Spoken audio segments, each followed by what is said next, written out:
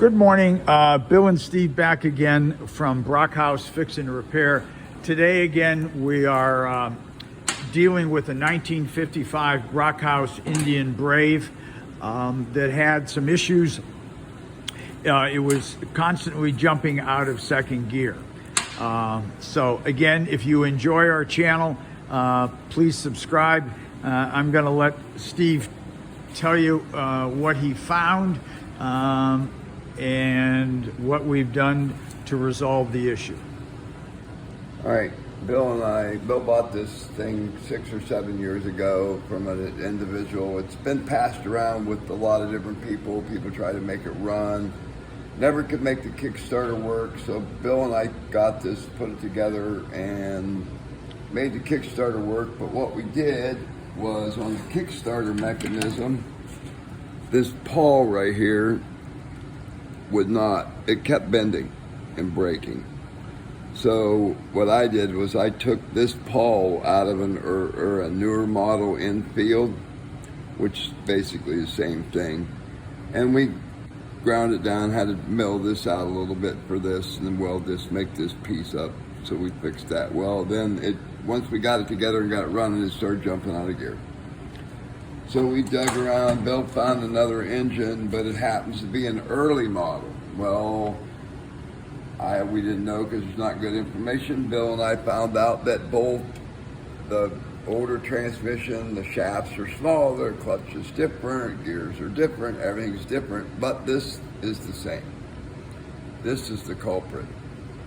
This corner, there's supposed to be a corner on there. It has got knocked off.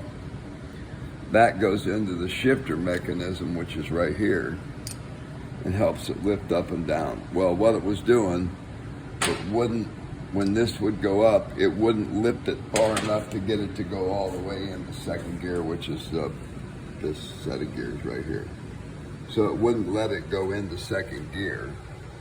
So as soon as you let the clutch out, it would try to pop out of gear. If you ease around with it, it would stay in. Well, here, on this side, where the detent spring goes in, which is right here, I'll show you the detent. I dug it out. Visuals are nice. So, whoever put it together the first time, it's supposed to have this plunger, which we did find one in the other engine. But they had a ball bearing in here. Well, the ball bearing, these are indexed,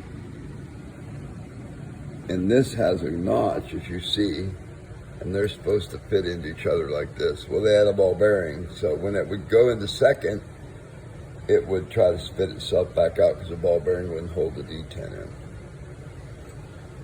So we found the spring, we found the detent, and all that, and now we're going to, I've already pre-assembled this and played with it, so now it's going to be assembled for good, and then we're going to try to take it for a ride. As soon as we get it done, we'll show you us riding it around.